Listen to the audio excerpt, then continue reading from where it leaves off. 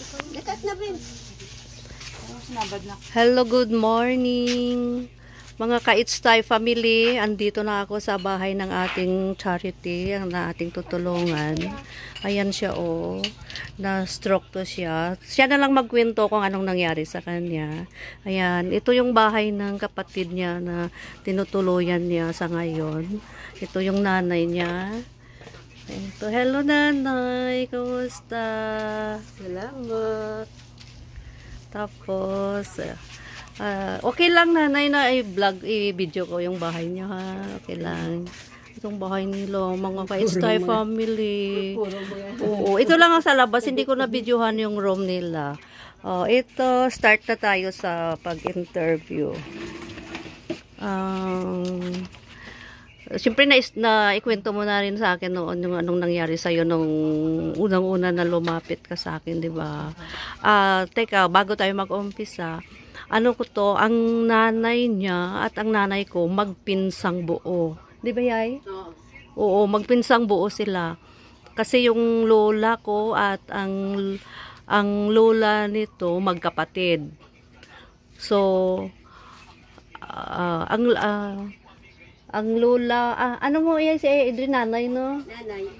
Ang nanay pala ng nanay ko at ang nanay niya magkapatid. So, magpinsang buo. Tapos ito, bali, second cousin ko na to.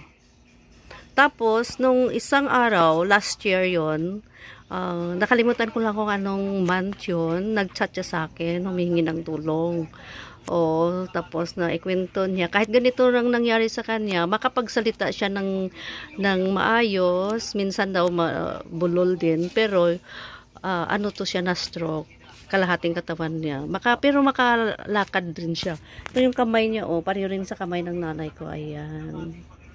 So, ngayon, start na tayo sa pag-interview. Sige, naga. Okay, naga.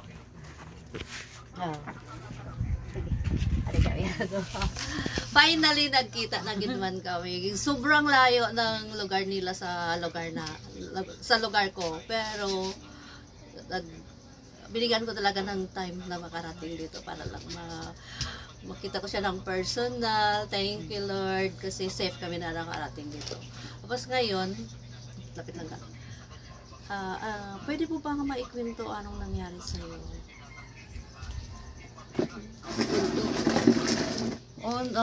Bakit? Sa lahat. Sige. Go on. Sa Qatar po ako galing, nagtrabaho po ako sa Qatar. Tapos po, namatay po yung kuya ko. Sa sobrang stress ko po, na-intake po ako ng high blood. Tapos, bigla na po ako dinala sa hospital ng amo ko. Tapos, pag-gising ko po, napira na po ako sa ulo. Kasi kumatas po ako ng 5 days. Bago po, yung ulo ko po nagkaroon po ng bukol. Kasi ang ugat ko po bumara na. Tapos sinapirahan po ng ulo ko 2 beses. Oh my God, grabe no. 2 beses ito po dito, tapos dito. Salamat. Biniyak po 2 beses. Oh my God. Thank you, Lord. Kasi nakasurvive siya, no? Kasi yung papagising ko po, hindi ko na po magalaw yung kamay ko at saka yung paa ko. Tapos, ilang buwan ka na na-confine? 4 months. 4 months po ako na-confine sa Hamad Hospital sa Doha, Qatar. Salamat na pala at mabait yung amo mo, no? Ginastusan niya ako. Ginastusan ka, siguro million, no? 1 million ang gastos ng amo ko. Sa Qatar, money. Sa Qatar do. Hindi, sa Pilipinas, 1 million peso po. Okay. Tapos, after 4 months, gumaling ka. Gumalang na po ako, pero hindi ko naigalaw sa kamay ko. Tapos, anong nangyari nung after 4 months? Paano ka nakauwi ng Pinas? Pinasamahan po ako ng amo ko, pauwi ng Pilipinas sa agency po namin. Ito nga. Siya pa nagkamasaya sa agency namin para makauwi ng Pilipinas. Tapos, sinatid ka ng agency hanggang Manila. Hanggang Manila. Tapos, pagdating mo sa Maynila International Airport, diretso ka na biyahe pa Mindanao? Or hindi po, nagsaya po ako ng Manila sa Cavite po ng 1 week. Tapos, bago po ako pumunta dito ng Mindanao. Nagbiyahe po ako ng Mindanao, kasama po yung anak ko lang po na 10 years old. Okay. So, may itanong pa ako. about sa pamilya mo, about sa asawa mo. Pwede mo ba maikwento na may asawa ka pala? Sorry, ngayon ko lang nalaman na may asawa. May asawa po ako sa Cavite po. Stroke din po siya. Oh my 2020 God. na po siya na stroke. Na mild stroke din po siya. Tapos may diabetes din po siya. Pareho po kami walang hanap buhay. So ngayon, yung Nakitira na po asawa kami mo sa biyanan ko. doon sa ano, Sa biyanan ko Cavite. po, opo. Tapos, umuwi siya siyempre sa sariling pamilya. Para Kasi iba maalagaan talaga po, yung opo. ano, iba yung sariling pamilya Ang dito. palaga po. Para maalagaan. Tapos ngayon, ba't naisipan mo na i-chat ako nung last year, nung time na yon? Kasi hindi naman tayo close sa Facebook, di ba? Pero kilala kita, siyempre, second cousin, yung mga maliliit pa kami, andoon din sila, nanay mo nakatira sa isang baryo lang kami. So kilala ko lahat ng mga pamilya ng nanay ko. Tapos nung nag-chat ka, siyempre kilala ka agad kita. Tapos medyo nakalimutan ko na kung paano tayo nag-start, paano Ganito kita po yun. natulungan. Dati po sa Saudi po ako, sa Riyadh po. Friend ko na po sa Facebook sa Ate Welma. Tapos nung nakalimutan ko na po yun, nawala na po sa account sa Ay, nag-Saudi ka pa? Opo. Okay. Tapos nakalimutan ko na po yung account ni Ate Welma. Tapos nung nasa Qatar na po ako, na-atake na po ako noon, operahan ako, naalala ko po siya. Hinanap ko sa dating account ko siya. Hinanap ko doon sa dating account ko, tapos nakita ko yung pangalan ni Welma, in-add-friend ko po siya ulit. Tapos pagkatapos ko opera, nakawin na po ako ng Mindanao, naalala ko po siya, chinat ko kasi wala na po ibang mahinga ng tulong.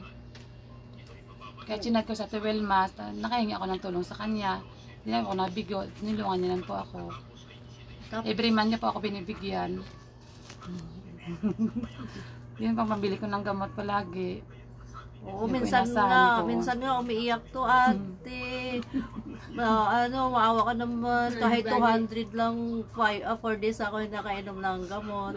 Siyempre yung binibigay ko naman na monthly, siyempre budget din, kasi may isa pa akong tinutulungan, almost 3 years. Pero namatay na yun last month. Namatay na, dialysis yun sa kanya. Pamangkin ko pa rin. Ang anak ni Iyay Ilyang, bali ako na. Yung anak niya si Dudoy, tapos yung anak ni Dudoy, yung panganay, yun nagka-problema sa kidney failure, tapos sa dialysis. Nag-start siya ng nagkasakit na confined sa hospital. Doon din ako nag-start na tumulong sa kanya hanggang namatay siya. O tapos ngayon, nung last month, yung pera na naibigay ko, 1,000 doon yun, galing na yun doon sa YouTube namin, sa group namin. Kasi mayroon kaming charity. Maliit lang pero makakatulong. Tapos dinagdagan ko lang. Tapos ngayon, nagpadala ulit sila. Kasi ang month of August, ako ang mag-charity. Kasi every month, lahat kaming mga members, kailangan maka-avail ng mag-charity. So, nagpadala sila ng bali 5,000, tapos siyempre hindi naman isang tao lang ang mabigyan. Ang ibigay namin sa iyo 2,000. Ito galing ito sa mga YouTuber. Sa Kites Time Family, tapos ito ang pasalamatan natin. Malabo mata ko. Ayan. Oh, ako na lang magbasa kasi malabo daw yung mata niya. Shout out sa lahat ng It's a Thai Family. Ito ngayon si Jinky, itong ating charity. Mostly, wag 1 year na pala ito na tinutulungan ko. Kasi ako nga nakalimutan ko na, pero sabi niya, mag 1 year na daw. Nag-start daw yata September or October. So, malapit na pala mag 1 year. Oh, grabe. At least, nadagdagan yung buhay mo. Matulong sa atin. Ayan. Oh, shout out. Thank you so much sa Kites Thai Family, sa pamumuno ng ating founder, si Color Mix TV. Mabasa mo? Sa aming founder, si Color Mix TV, sa aming admin, Belsky TV Vlog. Shout out po sa lahat. Kay Osilicious Jen, kay Anix Vlog. Siyempre, of course, kay Wilma Pinet Channel. Then, si Shahani Vlog. Yet Collection, Ron's Life Journey, Mary Jen Daang, Raquel of Sorsogon, Casila Kinyas, Jinitski TV, May Ifimi, ang magandang YouTuber. Lahat naman kami magaganda, di ba?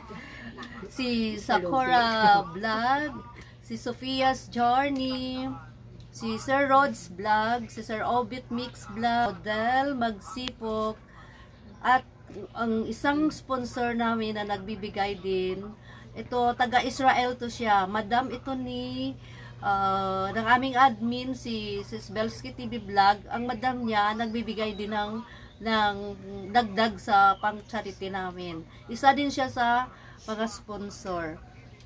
Tapos, thank you so much sa lahat. Kay It's Time Family, more blessings, more subscribers and viewers, para madagdagan pa ang ating mga revenue sa mga monetized na ikaw na magdagdag, tapos sabihin mo para kung ano galing sa puso mo na pasasalamat, ikaw na magpapasalamat galing sa iyong puso. Maraming salamat po sa lahat na tumutulong po sa akin. Dahil po sa inyo hindi makabili ng gamot, lalo ako sa hanap buhay, kaya po yung binibigay po niyo na tulong, binibili ko po agad ng gamot. Ang maintenance ko po. Teka, may itanong pa pala ako. Paano ka nakasurvive? Kasi si nanay mo, ilang taon ka na, Ihay? Ang 78 years old, tapos wala na rin hanap po, hindi na rin makapagtrabaho. Noon, nung bata pa kami, naalala ko, kasama pa namin to sa tanim ng palay, ng pamumugon. Kasi doon din sila sa isang baryo lang kami noon, maliit pa ako noon. Siguro diyan ako sa mga 10 years old, 11 years old, gano'n. So, tapos ngayon wala na rin hanap buhay si nanay. Tapos ito, nakitira lang ito sa kapatid niya. May 2 anak, yung kapatid niya. Tapos siya, yun, dito lang sila nakitira. Siyempre kung makakain yung kapatid niya, makakain din siya. Pero sa pagdating sa gamot, talagang wala silang mai-support sa gamot. Salamat na lang at naalala niya ako, humingin ang tulong. At tapos sabi nga ng kapatid ko, mga iba kong kapatid, bakit si Nini Wilma lang naalala niya? Bakit kami hindi niya naalala?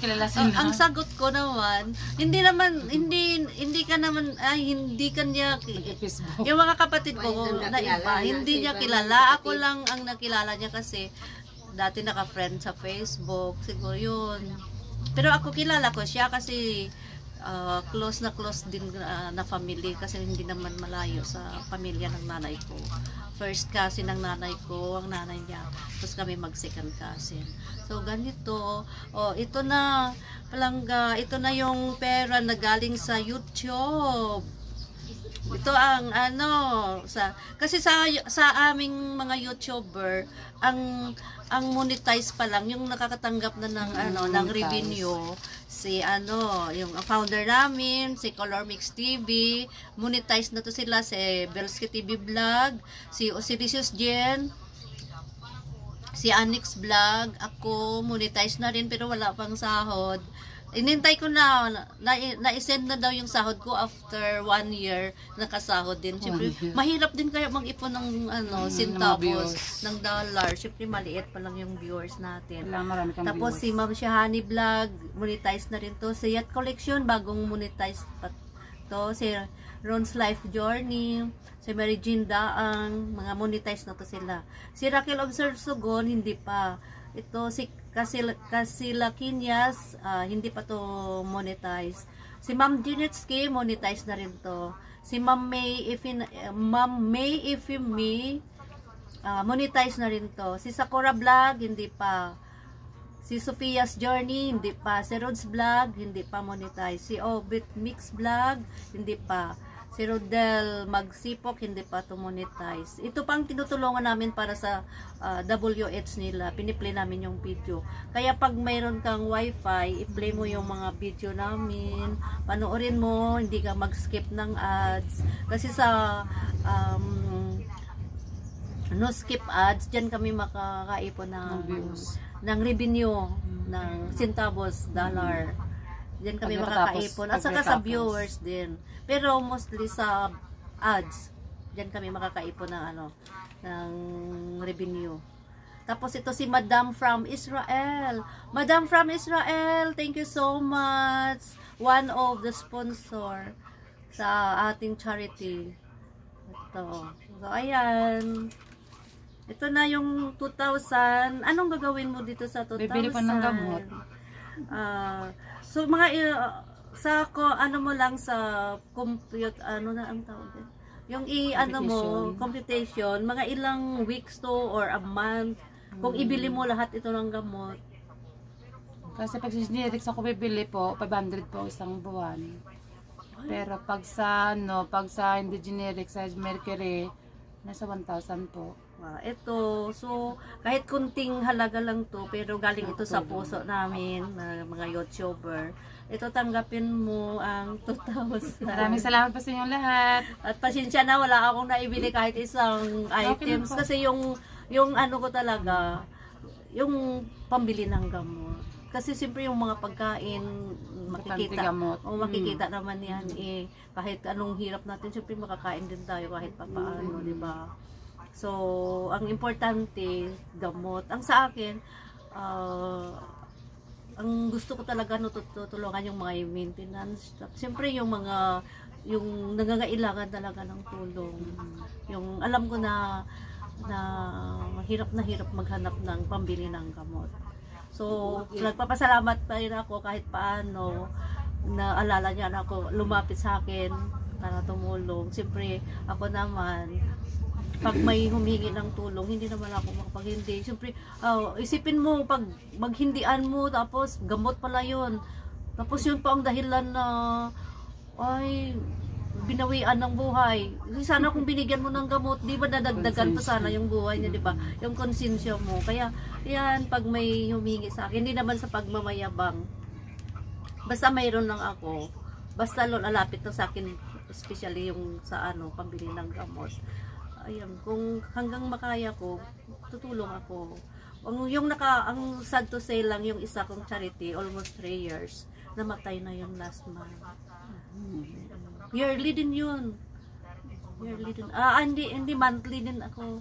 Tapos dalawa na sila mula nang lumapit siya sa akin. Dalawa na yung charity ko. Tapos siguro yung sa next month, dalawa pa rin ang charity ko, siya pa rin at si Iya Inda. Kailangan din niya maintenance. Siyempre yung mga anak nila ganun din. Yung pang-araw-araw makasurvive. Uy, patumba na yan? Patay na. Ay, patay na to? O sige, hanggang dito na lang siguro mga palangga, Kites Thai family. Thank you so much. Thank you po sa Kites Thai family po, sa tulong niyo po. Lalo na kay Founder Mix. Lalo na kay Founder Mix TV. Color Mix TV. Ay, Color Mix TV. Sa admin, Belsky TV Vlog. Ayan. O, sige na. Bye-bye. Thank you. Pasensya na po kayo kasi malabo po mata ko. Malabo ang mata niya, hindi siya makapagbasa. Napiktuhan po kasi pag-opera sa akin. Pwede mo maikwento na babalik ka pala ng Maynila. Paano ka makabalik? Saan ka kumuha ng ticket mo? Binigyan po ako ng binan ko ng pambili ng ticket. Kinuha na po kami ng promo para makauwi po kami doon kasi ang anak ko po mag-aaral po doon. Tapos ipagamot ka daw nila, paterapi ka nila. Sabi daw po, paterapi daw ako doon. Sige, kahit nasa Maynila ka, patuloy pa rin yung kahit magkano lang. Ang makaya lang natin. Forever na yan hanggang mabuhay. Hanggang may buhay. May pag-asa. Basta may... nagulat nga ako, may nakasunod sa Sinikas.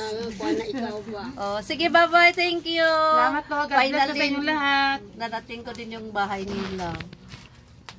Salamat.